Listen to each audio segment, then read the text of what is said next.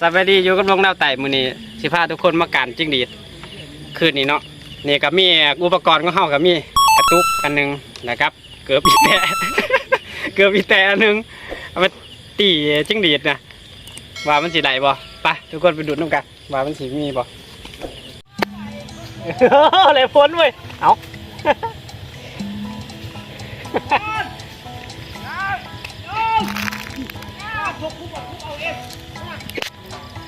จิ้งดีดหลายคนกับเขาเดียงเขายังอยู่จิ้งดีดเขาเดียงนะขายในตลาด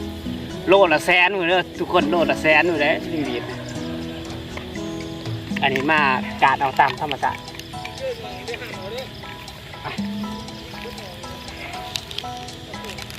โอ้มีเขาหูหมดเลย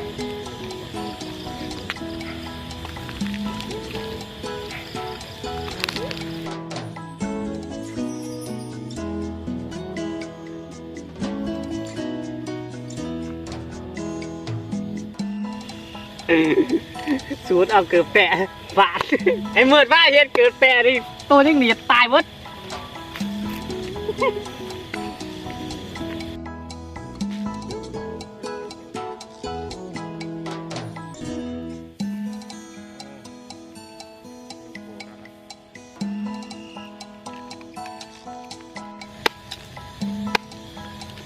โอ้เลยคนเกือบ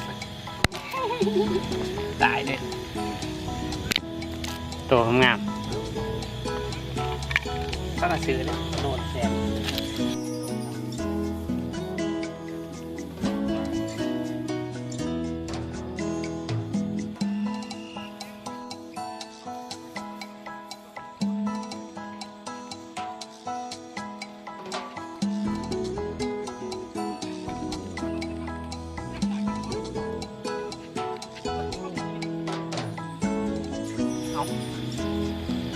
ไปไหว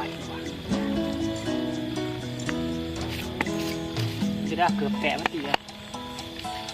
สักไหนมัน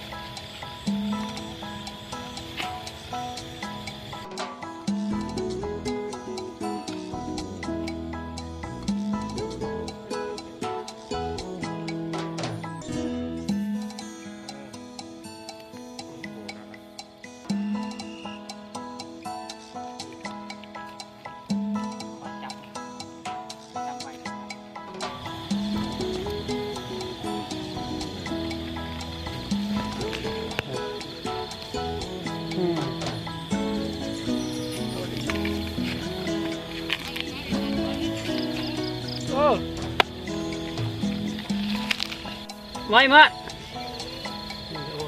การตรง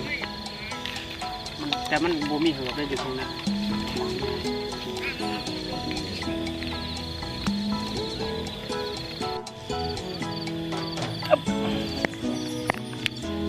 จบนี่แต่กระดาษเขาสื่อยังโลละแสนเนาะจริงดีตัวสีได้โลหนึ่งรู้เอามันขวาเลย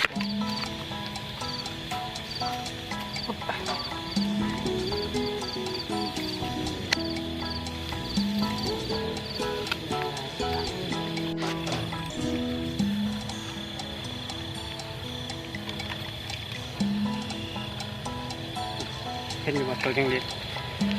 ต้องบังแบบนี้ป่ะเห็นดีประมาณนี้เนาะตัวจริงดีเกือบโซ่ป่ะ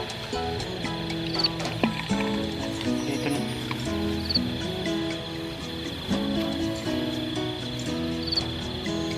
สองเดียว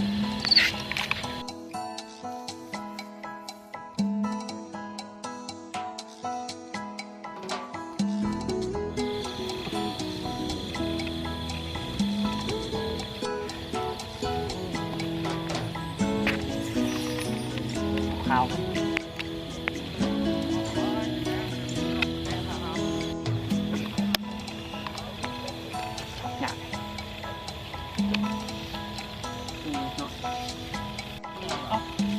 โคตรไปเลยไปเลยแหละจับจับ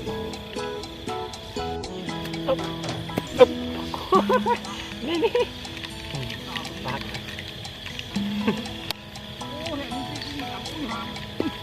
ย่อ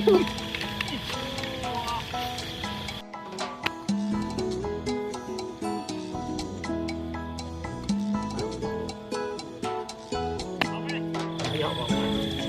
มาเดินหา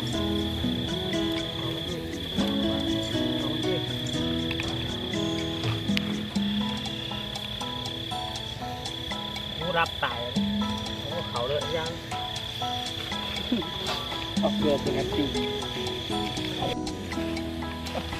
โอ้ขุบน้ำเกือบเล่นขุบน้ำก่อน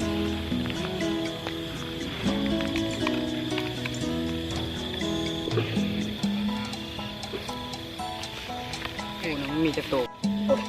ทักไปแล้วโอ้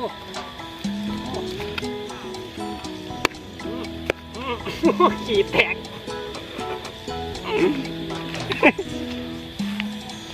ขี้แตกเลยนี่ยามันใส่เลยจับเขาหูโอ้ยังไงหนึ่งโอ้มันอยู่ในปากหูเลยปากหูอยู่เห็นมันมากับหายเลยตายจะมี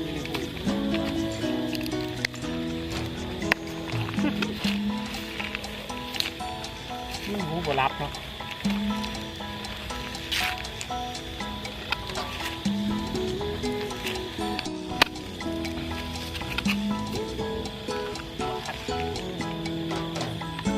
ทำในตัวน้อยเป็นไงบ้างแน่นหูก่อน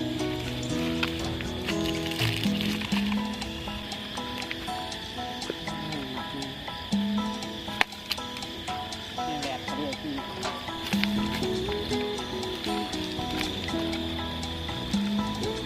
ก็ตีบ่มีขี้แตกนะเอ้ย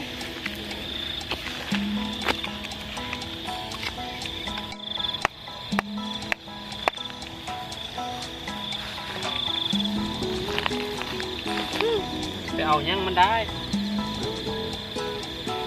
ไปเรียนเขาเลยนะไหนนี่วะ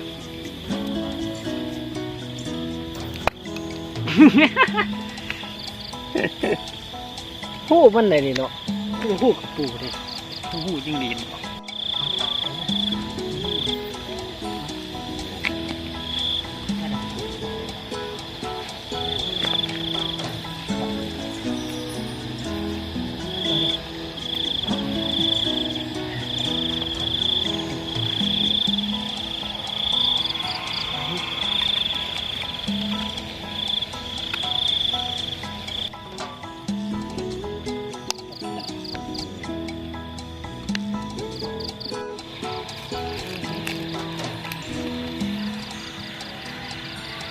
อย่างอาซา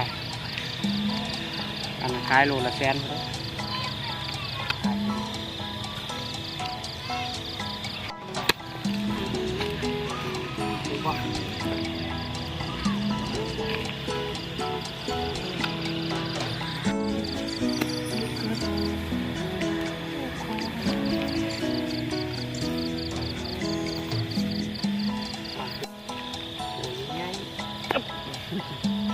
จอบคุกคักเนี่ยจังไดเด็ด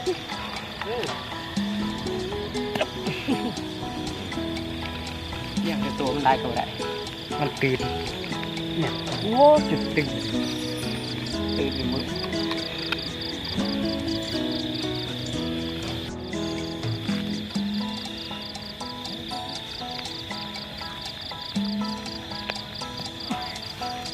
ข้างเลยเอาป่ามาแล้ว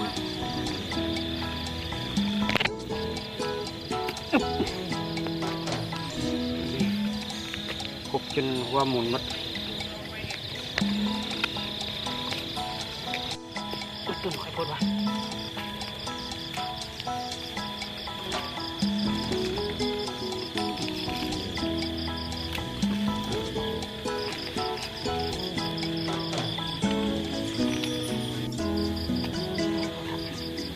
เอาผู้ไว้ไว้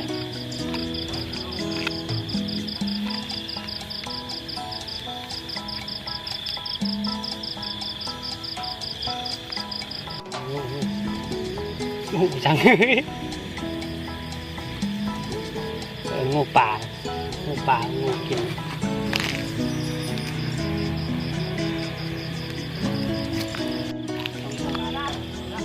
เมื่อ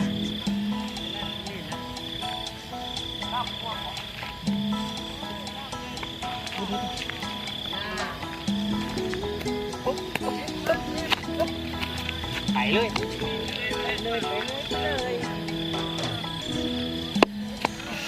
เฮ็ดมัน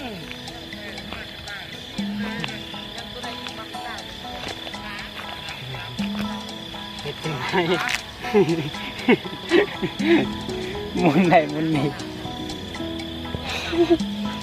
ทิมทุกคนจึงดีเท่ากับอะไรพกขวาหนึ่งกับบริไลายได้น้อยเดียวขั้นมาคลิปนี้ก็จะลืมกดไลค์กดแชร์กดติดตามเพื่อเป็นกำลังใจให้ข่อยเป็นเฮ็ดคลิปต่อไปเนาะสำหรับคลิปนี้ก็สิพ่อไปสำเร็จพอกันคลิปหน้าบายไปละ